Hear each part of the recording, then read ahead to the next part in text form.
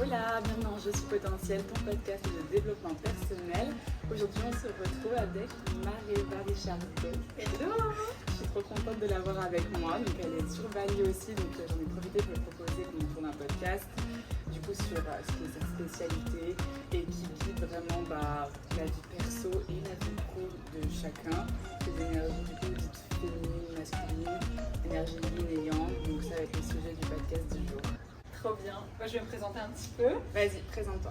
Je m'appelle Mareva, donc je suis coach pour les entrepreneurs. Moi, j'aide vraiment les entrepreneurs femmes à vraiment faire du business autrement, faire du business vraiment depuis un espace de plaisir, de fun, vraiment en étant dans leur féminin. Et donc, justement, moi, je parle énormément des énergies féminines et masculines, du yin et du yang et comment les équilibrer dans le business.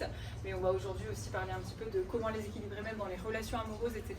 Parce que c'est vrai qu'il y a beaucoup de femmes qui, même dans leurs relations, avec leurs partenaires par exemple, sont vachement dans leur yang, beaucoup dans le contrôle. Donc pour moi, comme on disait tout à l'heure, pour moi c'est évident maintenant les énergies féminines et masculines, mais c'est vrai qu'il y a peut-être beaucoup d'entre vous qui ne savent pas vraiment ce que c'est, donc je pense qu'on va un petit peu expliquer ce que c'est vraiment, concrètement c'est quoi les énergies yin et yang. Déjà, parce que nous on s'est fait une idée sur qu'est-ce que c'est depuis. C'est combien de temps que tu sais? Je dirais que ça fait 4 ans maintenant. Ok, 4 ans. Moi je pense que ça fait 2 ans que j'ai vraiment identifié énergie yin et yang. Et c'était un peu perturbant au début parce que c'est dit aussi masculine et féminine. Des fois t'es en mode comment ça, il y en a une qui est pour les hommes, une qui est pour les femmes. Et le truc à comprendre c'est qu'on a vraiment donc, les deux en nous, mais que bien souvent c'est un peu déréglé. Du coup, l'idée c'est quand même de les équilibrer pour pouvoir bénéficier aussi bien des avantages du côté yin que du côté yang. C'est ça, et en fait souvent on a tendance à penser, par exemple quand on dit je sais pas, oui mais cet homme il est trop dans son féminin, etc. Ça ne veut pas dire, comment dire, là voilà c'est pas genré, c'est-à-dire que hommes et femmes on a tous vraiment ce côté yin, ce côté yang. Donc le yin ça correspond aux énergies féminines et le yang ça correspond aux énergies masculines. En fait le yin c'est vraiment tout ce qui est introspection, l'intuition, tout ce qui est vraiment tourné vers l'intérieur, alors que le yang c'est beaucoup plus justement ce feu en fait. Le yin c'est l'eau, le yang c'est le feu, c'est l'action, vraiment le fait de diriger, le fait d'avoir une ligne directrice claire. En fait le yang c'est le mouvement, de se mettre en mouvement, de se mettre en action, alors que le yin c'est beaucoup plus passif et beaucoup plus tourné vers l'intérieur. Et vers la réception, ouais, parce que ça, yang ça va être plutôt je donne, je délivre, et yin je reçois, j'accueille, en mode vraiment zen. C'est ça, exactement. Détente. C'est ça. Et moi justement, j'ai pas mal de mes clientes qui sont beaucoup dans leur yang. Et je leur dis souvent, je vais vous apprendre à revenir dans votre état, comment dire, j'appelle ça l'état naturel de réceptivité. C'est vraiment l'état naturel d'une femme. On est toujours, comment dire, c'est vrai qu'en tant que femme, on nous a beaucoup appris à être vraiment dans toujours l'action, toujours le faire, toujours être dans sa tête, penser à c'est quoi le prochain truc, etc. C'est quoi la prochaine action. Justement, le fait d'être dans son féminin, c'est de pouvoir lâcher la tête, lâcher le mental et revenir dans son corps en fait. Revenir vraiment, revenir dans le moment présent. Revenir dans son corps, c'est revenir dans le moment présent. Revenir dans le moment présent, c'est quelque chose qui va vraiment, j'ai envie de dire, décontracter notre énergie parce que dans l'action, on est plutôt contracté. Et vraiment, le fait de revenir dans son corps et dans le moment présent, c'est très féminin parce que l'énergie va se décontracter et c'est comme ça qu'on va pouvoir être dans la réceptivité. Et moi, je parle aussi beaucoup, par exemple, dans mon business d'argent, et pour les femmes entrepreneurs, je leur parle beaucoup que c'est aussi dans cette réceptivité ouverte du moment présent que l'argent va pouvoir leur parvenir en fait. Parce que si elles sont toujours dans le faire, dans la tête, toujours dans l'action, il n'y a pas d'espace pour recevoir en fait. Puis en plus, la plupart des gens qui écoutent les podcasts que je fais, c'est des personnes qui sont très ambitieuses, c'est ce que j'appelle beaucoup des rêveurs ambitieux, beaucoup d'entrepreneurs ou bien des artistes, des créateurs de contenu, ou des gens qui sont en mode déter, tu vois, qui sont passage à l'action. Donc parfois ça peut bloquer parce que c'est des personnes qui sont un peu trop dans leur yin, du coup on me contacte en me disant oui Morgane, il faut vraiment que j'avance plus sur le côté yang, il faut que je sois plus en passage à l'action, que je me bouge, que je sois disciplinée. Et puis il y en a au contraire, c'est le cas souvent des femmes qui sont trop dans leur yang et ça se répercute d'ailleurs aussi sur les relations amoureuses comme on va en parler, et qui du coup elles n'ont pas ce truc de pouvoir recevoir tout ce qu'elles font. Donc elles se tuent à la tâche, mais jamais elles prennent le temps et elles créent l'espace de recevoir tout ce pour quoi elles ont travaillé. Exactement. Et souvent dans les relations amoureuses, du coup, comme on va en parler, la femme a tendance à être dans son yang, mais qu'est-ce que ça veut dire concrètement, la femme qui est dans son yang avec son partenaire? En fait, il faut savoir que le masculin, lui, il adore, j'ai le mot en anglais, provide, genre, comment on dit? Le masculin, par nature, il provide, c'est celui qui va vraiment fournir, en fait. Il aime, comment dire, il aime faire des choses pour sa partenaire ou son partenaire, hein. Comme on disait tout à l'heure, ça peut être des couples, comment dire, hétérosexuels, comme ça peut être des couples bisexuels, homosexuels.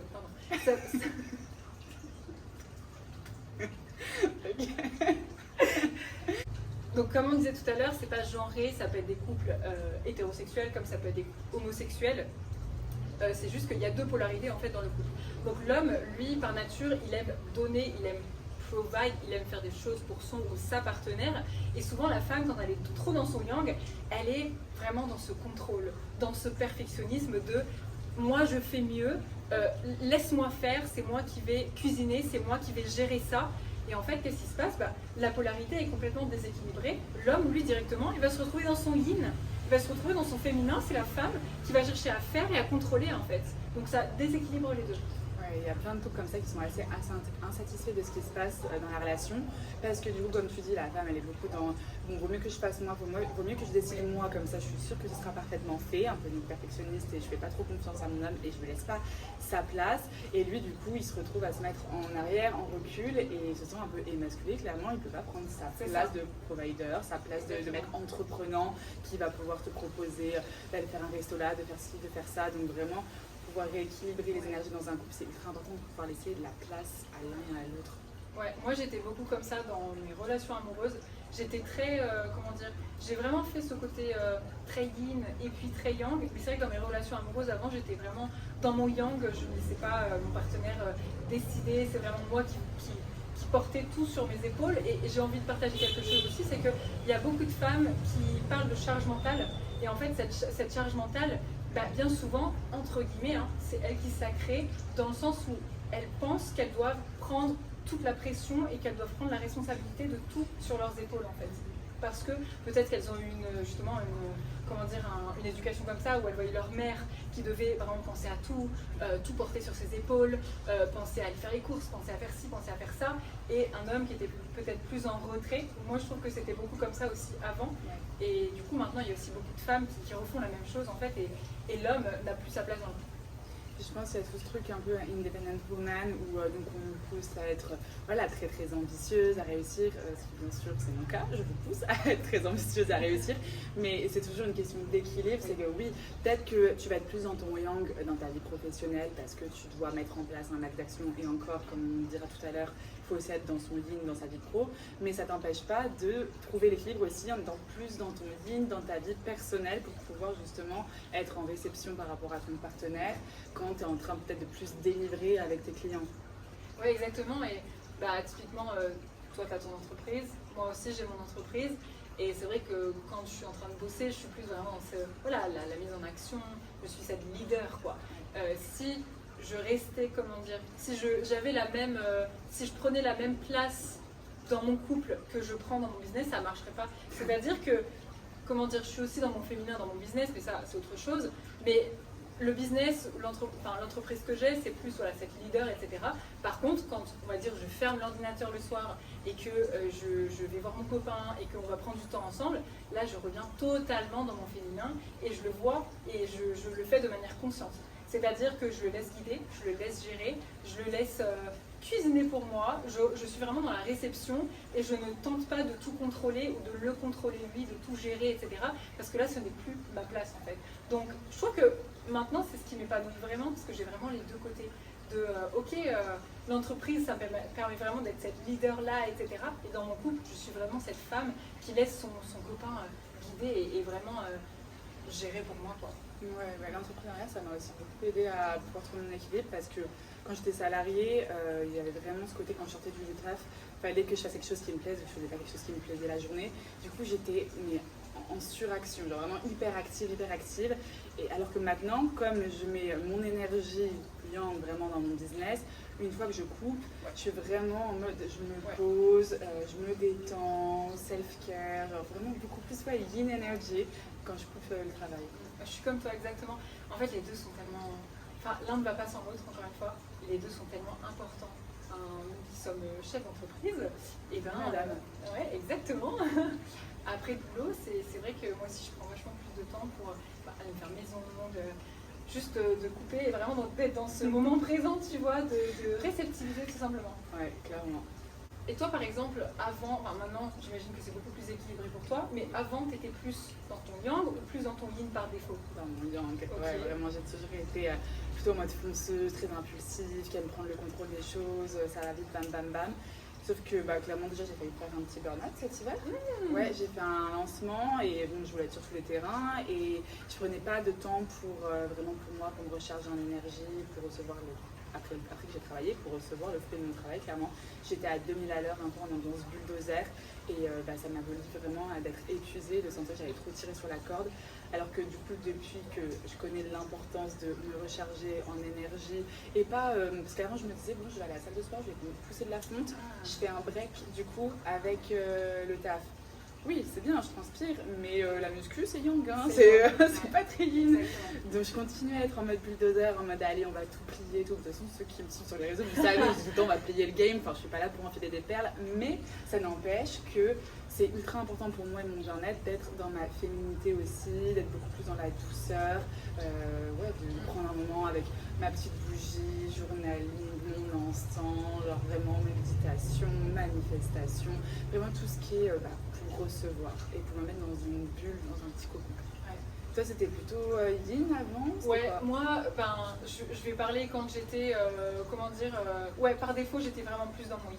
Okay. C'est-à-dire que comment ça se manifestait un peu, c'est que typiquement dans mon business, je mettais des plombes à passer à l'action. Genre, c'était tout le temps dans la tête en fait.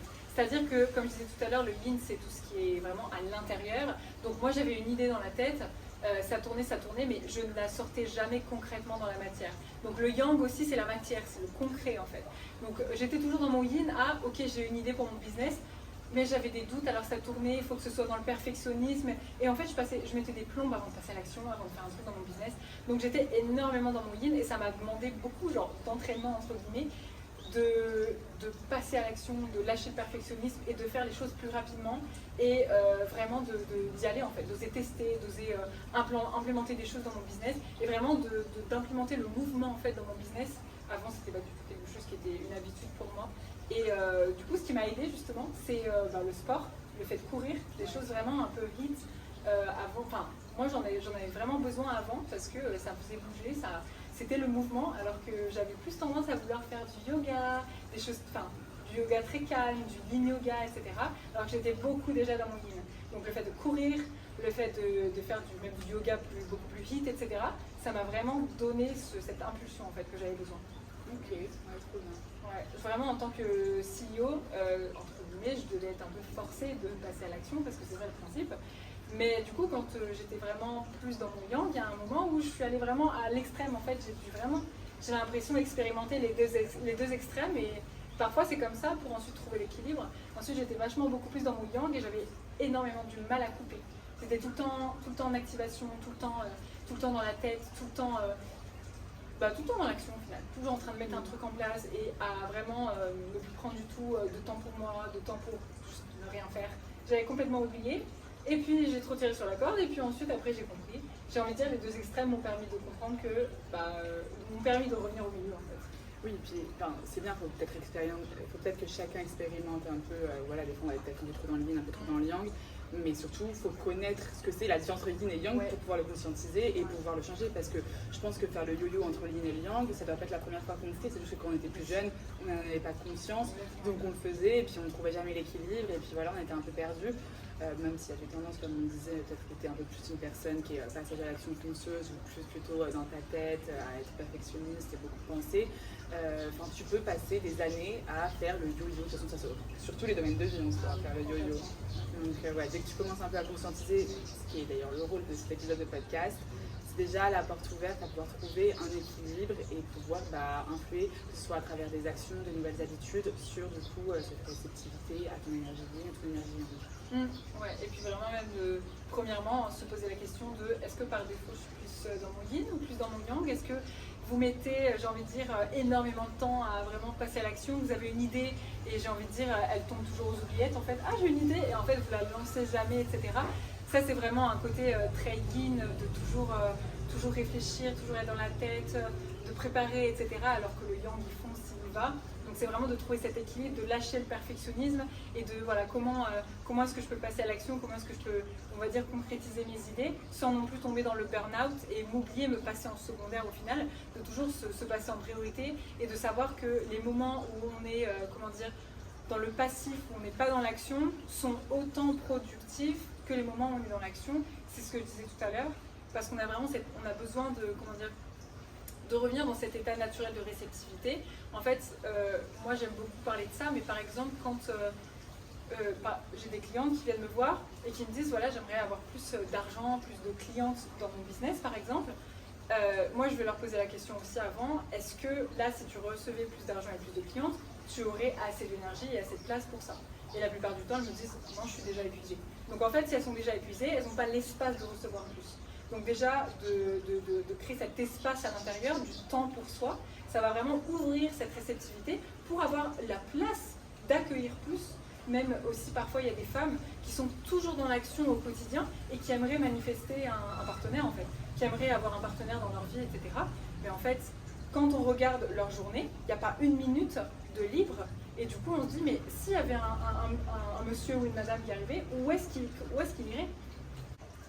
Une fois j'avais lu un livre et justement ça parlait de ça, qu'une femme elle voulait accueillir un homme dans sa vie et en fait il y avait plein de petites choses, c'est subtil là, mais il y avait plein de petites choses qui faisaient qu'au final dans sa tête elle n'était pas vraiment préparée à accueillir cette personne, c'est-à-dire que en fait cette femme avait une maison et elle garait sa voiture toujours au milieu.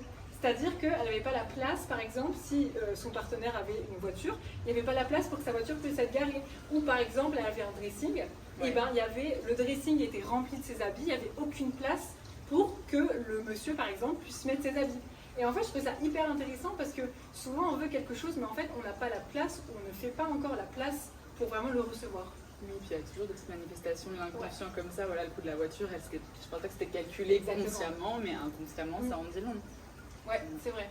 Donc ça c'est tellement intéressant de pouvoir se dire est-ce que j'ai la place aujourd'hui d'avoir plus ou de vraiment être honnête avec soi et de se dire ok en fait j'aimerais avoir plus de ça mais là concrètement dans mon quotidien j'ai pas du tout la place de pouvoir l'accueillir, c'est pas du tout le moment ou comment est-ce que je pourrais faire du temps pour comment est-ce que je pourrais avoir plus de temps pour moi, faire de la place parce que si on n'a pas, comment dire, ça paraît un peu méchant de dire ça mais si on n'est pas entre guillemets capable de se donner au moins 10 minutes par jour pour soi. Oui, tu ne pourras pas en donner un peu plus. Non, exactement. Et donc, réorganiser, prioriser en fonction des domaines de vie que vous voulez prioriser. Enfin, vraiment, si vous voulez lancer un business, c'est quand même prenant. Si vous êtes overbooké avec votre vie personnelle, les barbecues, les amis, le petit copain, etc., que vous avez besoin de méditer 5 heures par jour et de faire plein de journaling, que vous adorez écrire sur tous les carnets, mais que jamais vous lancez ces idées, ça va être compliqué. Donc là, il va falloir se remettre un peu plus dans le yang et aussi prioriser du coup le domaine de vie que vous voulez développer pour faire de la place pour qu'il puisse grandir. Ouais, moi je vous conseille vraiment dans ces cas-là, si vous êtes trop dans l'in, des sports qui vous mettent vraiment, qui vous permettent de bouger, qui vous mettent en action. Moi je me rappelle, il y avait un coach que je suivais qui disait justement que le fait de courir symboliquement, c'est vraiment le fait d'aller courir du coup, symboliquement, c'est vraiment le fait de se diriger vers ses objectifs, de courir vers ses objectifs. Et ça, j'avais adoré, c'est pour ça que je m'étais mis à courir en fait. Ça a duré quelques mois, mais ça m'a suffi. Oui, il y a des phases, il y a des phases où on est plus ou moins dans cette énergie-là, d'autres dans cette énergie-là. On cherche l'équilibre. Exactement. C'est vrai qu'il y a des saisons. Il y a des saisons où on va être vraiment... voilà, on sait que c'est le moment de l'action, on n'a pas vraiment envie d'être dans la passivité, c'est vraiment fait pour être actif, la construction, etc. Et c'est ok en fait. Et encore plus en tant que femme, en plus, là typiquement, moi je suis à mon premier jour de règles. Là, je suis pas au max de mon yang, et c'est là le but. On va pas, justement, c'est le concept. Dans cette période-là, tu es beaucoup plus dans ton yin. À ces moments-là, donc de ton cycle, être à l'écoute de à quel moment tu as plus cette énergie yin, à quel moment tu as plus cette énergie yang, pour avoir cet équilibre plutôt sur le mois. Tu n'es pas obligé d'être sur un parfait 50-50 tous les jours. Mais par contre, tu sais qu'il va peut-être avoir une semaine où tu vas être plus dans ton yin, et la semaine d'après, tu vas être beaucoup plus dans ton yang, et là, tu vas tabasser sur tous tes projets, toutes tes actions. C'est vrai. Moi, c'est vrai que maintenant, j'organise beaucoup plus mon business aussi comme ça, selon mon cycle menstruel. Je sais que les 2 premières semaines, ça va être action à fond. Même le sport que je vais faire, ça va être beaucoup plus hit, beaucoup plus intense. Alors ensuite, petit à petit, ça va être plus dans, comment dire, je vais ralentir tout simplement. En fait, ça va vraiment se sentir naturellement. Je vais ralentir et c'est important de ne pas pousser contre soi-même, de ne pas aller contre soi-même. Parce que là, c'est vrai que justement, il y a beaucoup de femmes en fait qui ont peur de ralentir, qui sont beaucoup dans leur yang et l'action. Et quand elles sentent que leur corps a envie juste de ralentir, elles sont un peu dans la panique de non, il faut que je me force, il faut que j'aille contre moi. Là, c'est vraiment un contre-productif. Vous n'avez pas à forcer contre vous. Faites confiance à votre corps. Vous avez le droit de ralentir et ensuite, ça remonte tout seul en fait. C'est la meilleure façon de se cramer et puis de continuer à être dans une énergie de j'ai peur que ça se casse la gueule si pendant 2 jours je suis plus off. Enfin voilà, c'est activer la peur là vraiment, de ne pas se laisser de l'espace, de pouvoir ralentir. Ce que tu me disais aussi en off, c'est que là ce matin tu étais beaucoup plus dans Oui, en fait c'est qu'en ce moment dans mon business je suis un peu en lancement d'une nouvelle offre et là pendant 3 jours j'étais vraiment à fond du coup en train d'accueillir une nouvelle cliente, à fond en train de poster des stories, du contenu, etc. de parler de cette offre là et justement ce matin je me suis réveillée. Et direct, j'étais dans ma tête, boulot. Je me suis réveillée direct, instantanément, je pensais boulot, etc., machin. Je me suis levée, j'ai allumé mon ordi, etc. C'était dur de lâcher. Mais avant ça m'aurait fait paniquer. J'aurais été en mode, oh mon Dieu, je suis pas équilibrée au milieu, etc., c'est grave. Maintenant, je sais qu'on est toujours un petit peu, parfois, trop dans son yang, un petit peu trop dans son yin. On n'est jamais parfait et c'est pas grave du tout. Ce matin, je savais que j'avais du mal à lâcher. Et ben, je me suis dit, bon allez, c'est quoi Mariva, tu ralentis un petit peu, tu prends du temps pour toi. Je suis allée me poser au bord de la piscine, j'ai essayé d'éteindre un peu mon mental, revenir dans mon corps, etc. C'était un peu plus dur que d'habitude, mais j'y suis arrivée et c'est pas grave d'être déséquilibrée des fois. Ce matin, vraiment, je me suis réveillée, je me suis passée en secondaire, vraiment, ma vie perso c'était secondaire, j'étais en mode boulot et j'aimais pas trop ça parce que j'avais une sorte de pression un peu dans le cœur, mais je sais que c'était temporaire et c'est pas grave du tout quoi. Forcément, j'étais en mouvement toute la semaine, c'est normal que là ce matin je sois encore en mouvement, donc je me calme un peu et il n'y a pas de souci. Parce que tu te dis que tu es quand même plus souvent un peu dans ton yin et là tu étais d'un coup un peu en vraiment yang ce matin, du coup c'était peut-être un peu déstabilisant, mais au final c'est totalement ok d'avoir des pics comme ci, comme ça, pendant que globalement tu as ton équilibre et tu es quand même conscient et tu sais revenir en fait à l'autre quand tu sens que tu es dans un extrême. Moi, je sais que du coup, c'est vraiment à l'inverse. Je suis un peu plus donc, dans mon yang. Et ce matin, obligatoirement, vu que c'est mon premier jour de règles, je me suis sentie très fatiguée. J'ai honoré mon coaching du matin quand même. Mais après, je suis retournée en nuit et j'ai continué ma nuit parce que j'ai juste besoin de repos et c'est totalement ok. Et il n'y a pas de Morgane, tu as vu la to-do list, franchement, tu devrais bosser. Non, en fait, j'ai besoin de me recharger pour pouvoir être en mesure de travailler comme il faut par la suite. Exactement. Et si on continue un petit peu dans le thème du business, c'est pas une course. Genre, marathon. Voilà, marathon. Moi, j'ai toujours à mes clientes, on reste en petite foulée. On n'est pas là pour sprinter, on n'est pas dans une course. Marathon, la petite foulée, ça sert à rien de vouloir arriver au bout, parce qu'il n'y a pas de ligne d'arrivée encore une fois. Genre, quand on arrive à notre ligne d'arrivée, il y en a une derrière, il y a d'autres objectifs ensuite. C'est vraiment sans fin. Donc c'est vraiment de comment est-ce qu'on peut, j'ai envie de dire, profiter vraiment enjoy le processus en fait, vraiment profiter de ce processus-là, profiter de chaque jour, de là où on en est aujourd'hui, même si c'est pas fini, même si on n'en est pas à la fin, même si c'est pas terminé, comment est-ce qu'on peut déjà profiter de là où on en est aujourd'hui? Ça c'est vraiment de pouvoir lâcher la pression, revenir vraiment dans cette détente du moment présent de hey, c'est assez là où j'en suis aujourd'hui, c'est assez ce que j'ai fait et ce que j'ai accompli, je ne suis pas dans une course, je ne suis pas en arrière par rapport aux autres, je ne suis pas derrière eux, je ne suis pas en arrière par rapport à mes objectifs. C'est pas une course du tout et c'est un truc que je dis souvent, mais si par exemple vous êtes entrepreneur, si ça c'est le métier de votre vie, alors pourquoi est-ce que vous devez vous presser pour tout accomplir en fait? C'est vraiment un processus sur même des dizaines d'années parfois. C'est tout. On va être amené à évoluer tout le temps en constante évolution, donc on a le temps, no rush, ça va bien se passer. Tellement. Et moi, ce que je trouve très cool, c'est que depuis que j'ai vraiment conscientisé cette histoire d'énergie yin et yang, tu vois, avant, peut-être que j'allais être un peu trop dans le yang, dans mes coachings entre autres, parce que du coup, le concept, c'est quand même d'accompagner mes coachés à ce qu'ils passent à l'action, avec toujours un plan d'action à la fin des séances, même s'il y a quand même bien 40 minutes d'introspection, ce qui est plus yin énergie. Après, c'est vraiment passage à l'action. Mais du coup, depuis que j'ai vraiment conscientisé l'importance d'avoir vraiment les deux, même dans les petits reminders que je vais envoyer à mes coachés, il y a vraiment ce truc de bon, bouge ton cul, je parle mieux que ça, mais c'est l'idée, bouge ton cul, mais par contre, prends du temps pour toi. Genre, par contre, ça, tu vois, arrête de tirer sur la corde, ça sert à rien. Et là d'ailleurs, je suis en train de lancer du coup un coaching de groupe pour pouvoir insuffler toute cette énergie de trouver son bon équilibre, se challenger, se discipliner, prendre confiance en soi, tout en étant toujours dans une énergie yin et yang bien régulée, système nerveux apaisé, pas dans le stress, pas dans une énergie de manque, tout ça. Et d'ailleurs, les portes elles fermeront du coup de la promo numéro 1 ce mercredi 18. Ce mercredi 18 septembre. Donc ceux qui veulent rejoindre une team de rêveurs ambitieux qui veulent se tirer vers le haut, vous êtes les bienvenus. Je vous mettrai le lien en description du podcast. Et toi, Mariva, tu as aussi ton école là que tu lances. C'est ça, c'est le projet de ma vie. J'ai mon école qui s'appelle l'école du business énergétique féminin, qui pour moi est la première école d'entrepreneuriat féminin en France. Parce que moi, je suis vraiment là, comme je disais tout à l'heure, pour aider les femmes à faire du business autrement. Et donc, je suis en train d'ouvrir mon école. Cette école-là, c'est durant 3 mois. On commence mi-octobre. Durant 3 mois, une fois par semaine, en fait, on se retrouve en call. Et on va vraiment parler de tous les thèmes qui englobent le business féminin, que ce soit donc, les énergies féminines, masculines dans le business et comment les équilibrer, que ce soit tout ce qui tourne autour de l'argent, le money mindset, la relation à l'argent, la vente, vendre avec le cœur, vraiment la vente, la vente alignée au féminin, les stratégies féminines, que ce soit aussi étendre sa capacité du système nerveux à pouvoir recevoir plus, ses capacités énergétiques, etc. J'ai vraiment trop hâte. Donc on va commencer mi-octobre. Donc si pareil vous êtes intéressé, je mettrai le lien juste en dessous et m'envoyer un message sur Instagram en DM, mariva.richardo. Et voilà. Du coup, tu vas nous former les entrepreneuses pépites. Absolument.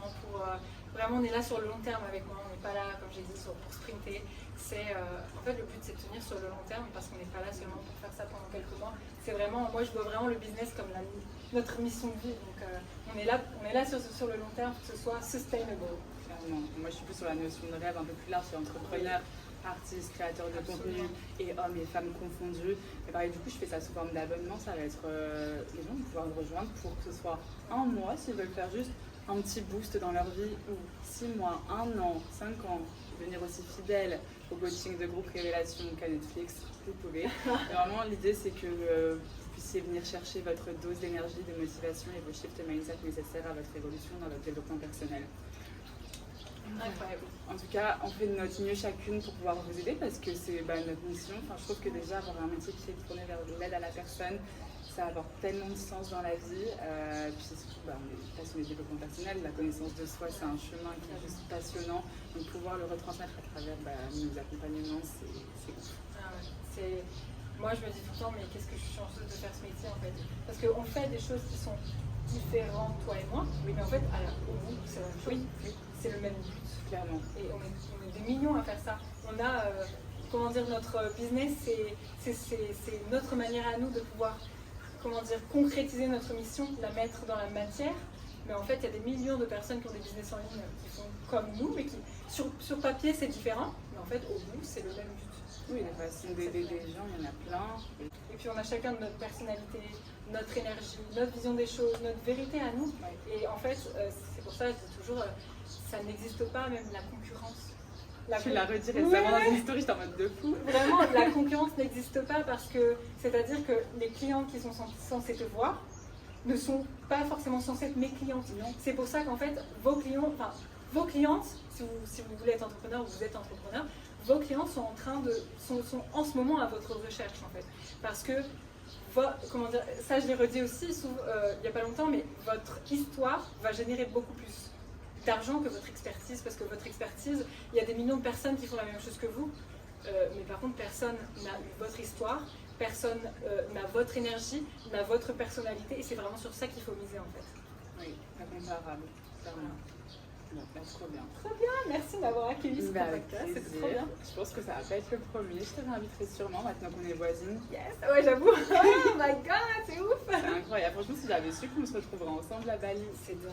C'était même pas prévu que je vienne ici, alors non, j'adore. Trop contente. Bon, en tout cas, j'espère que l'épisode vous a plu. N'hésitez pas à le dire en commentaire, notez le podcast, laissez un petit like, nous envoyer un message sur Instagram, ça nous fait trop plaisir. C'est terminé, je vous fais un gros bisou et je vous dis à la semaine prochaine pour un nouvel épisode.